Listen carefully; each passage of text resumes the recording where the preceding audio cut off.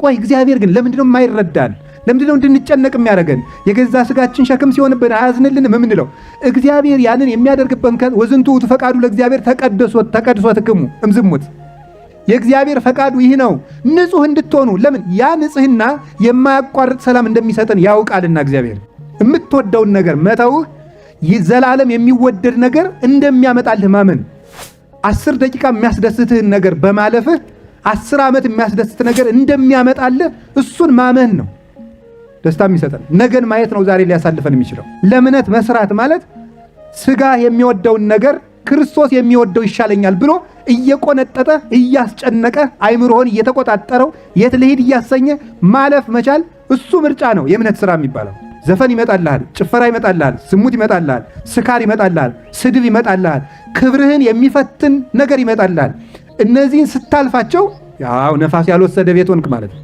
ለእምነት መስራት ማለት ለቤተ ክርስቲያን የሆነ ድንጋይ ሲሰራ ማቀበል ብቻ አይደለም። ወይም ደግሞ ብር ሰጥቶ ቤተ ክርስቲያን ማሰራት፣ ወይም ጧፍ መስጠት፣ ወይም ሻማ መስጠት፣ ወይም ጥላ መስጠት፣ ወይም ብር መስጠት አይደለም። መጀመሪያ ሰውነትህ ላይ ለእምነት ሥራ ነው።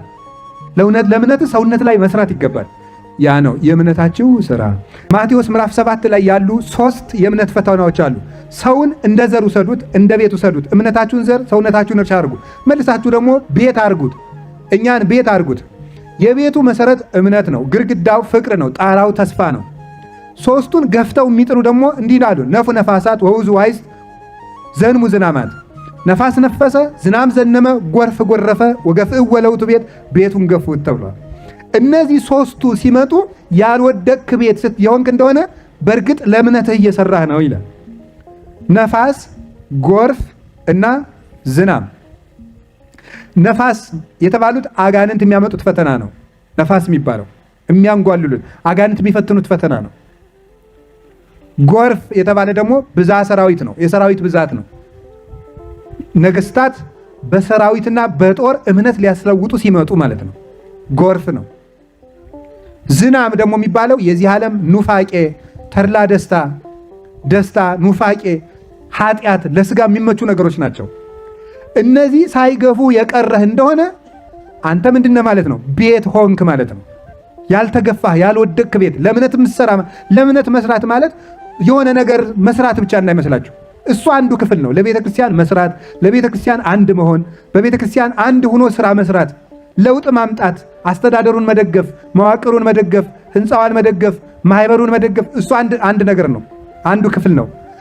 የመጀመሪያው ክፍል ግን መጀመሪያ ለእምነት መስራት የሚባለው ለእምነቴ እየሰራው ነው የምትሉት ስጋህን የሚፈትን ነገር ይመጣልሃል በየቀኑ በየማታው እሱን ማለፍ።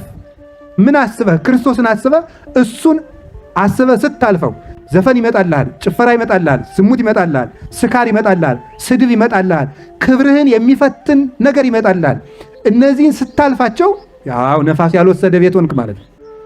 ጎርፍ አልፍ ገፋህም ማለት ነው።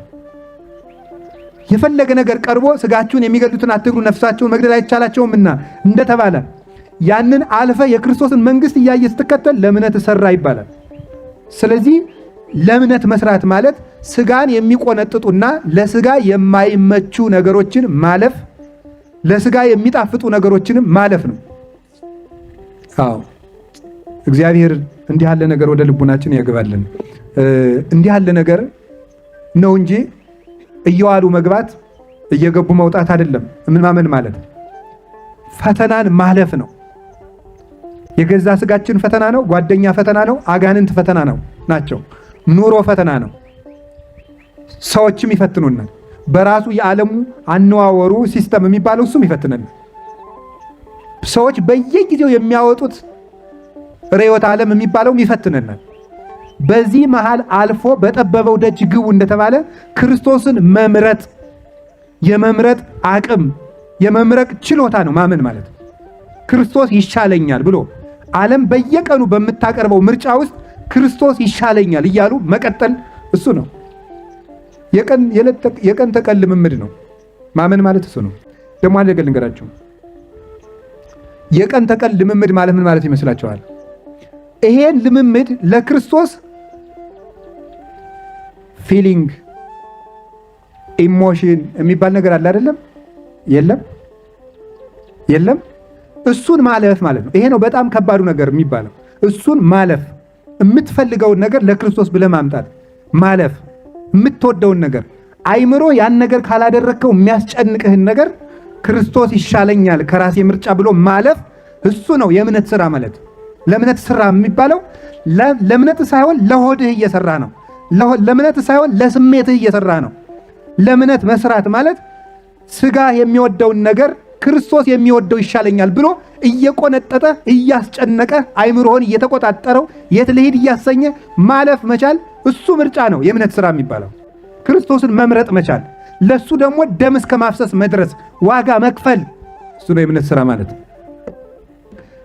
አንድ ነገር ደግሞ ልንገራችሁ።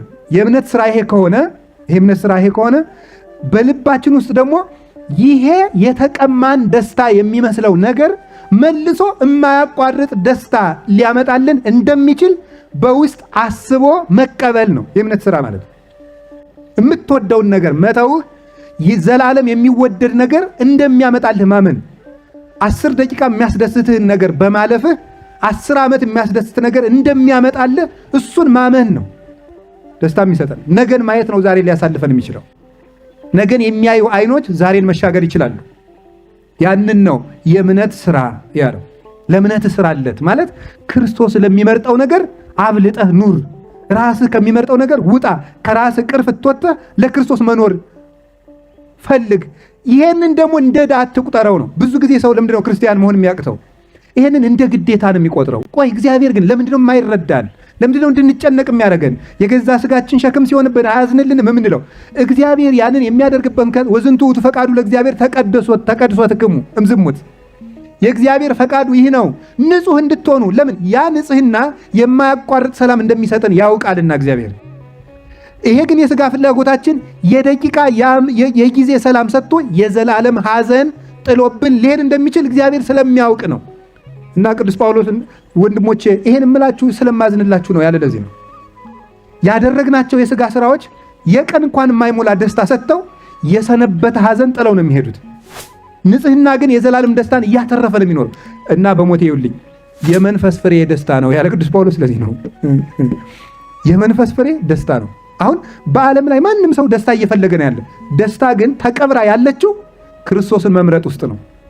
ይሄ የእምነት ሥራ ይባላል። ከምትወደው ነገር ሁሉ ይልቅ በየቀኑ ክርስቶስን መምረጥ መቻል የእምነት ሥራ ይባላል።